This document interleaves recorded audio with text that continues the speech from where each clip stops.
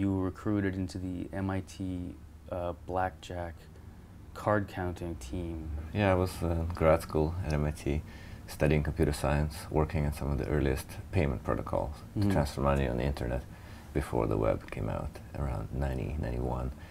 And I had seen a poster on the wall one day that the MIT Blackjack team was looking for new members, which excited me since I had previously read about the idea of beating blackjack. And so I joined, and I worked pretty hard. Turned out to be a lot of hard work and diligence to get good at it. It wasn't so much a matter of mathematical genius, as some assume. It's actually just a lot of repetitive practice. But then with that knowledge and those abilities, we did go out to Vegas and to other casinos around the world and made quite a bit of money. What was your take, if you had to put a dollar amount on the total amount that the team was able to take off the casinos? Well, that team, and as well as the team that I ended up starting and running myself in the next couple of years. The amphibians. Right, mine was the amphibians. There was another one that they called the reptiles. There were 2 or 3 groups at MIT. Together, I believe there was one 2-year period where we made something like $5 million between the different groups. Wow. But there was quite a few people, and I don't think anybody really got wealthy. What was it like beating the casinos? Well, it was fun, you know, going in there, being the largest player in the house, knowing that you have an advantage, beating a system that's supposed to be impossible to beat. You know, it was a blast. and until they kicked us out, they would treat us very well, because they would assume that we would lose a lot of money because the stakes are very high. So we got to act, we got to pretend that we're high rollers. And yeah, we had a lot of fun for a couple of years. Are you on the blacklist for like every casino? Oh yeah, I couldn't play anywhere. Absolutely blacklisted, forever. All right. After you graduated, tell us a little bit about how you got into investing. Well, I've actually done a little bit of angel investing for a long time, since around the mid-90s, when I was still running my first company before I even sold it.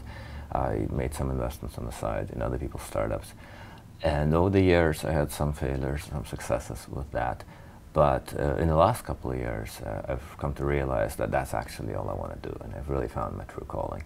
So about 2 years ago, I think I've come to the realization that I'm not going to start any more companies at all. The 4 or 5 companies I've started, some of which did okay and some of which failed, isn't something that I want to do again. And I actually don't want to try to grow a company myself to a large size. I love being an angel investor. I love being able to make a difference, to give advice, to mentor young people, people who are passionate, people who have ideas that could change the world, that could really solve problems and improve the lives of their customers. And I find my best use of my time is to just be with them and support them in however I can. Speaking about startups, as an angel investor, what do you look for in a prospective investment? What do you look for in a startup that inspires you to help out and give money? I look for passion. I look for faith. I look for a team that has a common culture and that has a dream of doing something important to them.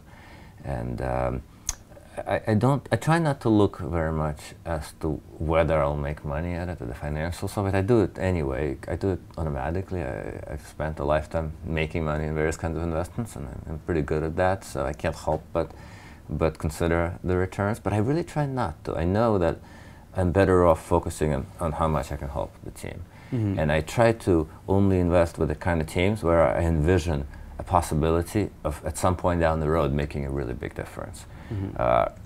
It's not easy to make a big difference with a startup, especially if the startup is already doing very well. It's not something that I can do predictably, regularly, but it's a very, very powerful experience when I know that a small amount of my time is actually leveraged into changing the course of the entire enterprise and often the lives of the founders themselves. It can be the difference between success and failure.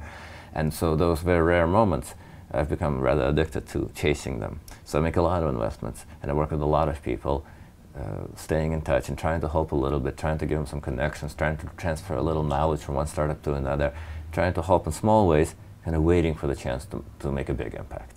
As an advisor, as a mentor, you'd mentioned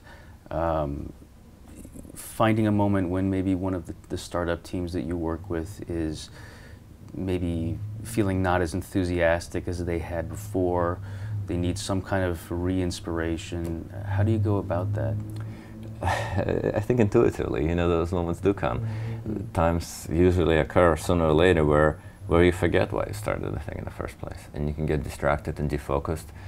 You can have tensions within the team. You can have pressures from the outside of various sorts, sometimes from other investors, sometimes from customers, and you can lose yourself. And it can be a little bit lonely at the top of a startup, a little bit isolating actually. You always have to put on a happy face for the rest of the organization, the people you hire, right? Mm-hmm. But you're not always feeling happy. And so sometimes just understanding the original motivation, reminding people about why they're doing it, who they're doing it for, and what their real priorities are, what their real values are, can make a big difference. You have a Troublemaker Award that you started up a couple of years ago. Can you tell us a little bit about this? Yes, well, the Troublemaker Award is a prize. Right now it's a $10,000 prize that I give out every year to a young person who is a real troublemaker, who takes some real risk and goes outside the system and breaks some rules, possibly breaks some laws, but does it for some purpose that seems to me to be positive, mm-hmm. Productive, not just the kind of troublemaking that just causes havoc, right? Not general vandalism, but something that's positive in my view.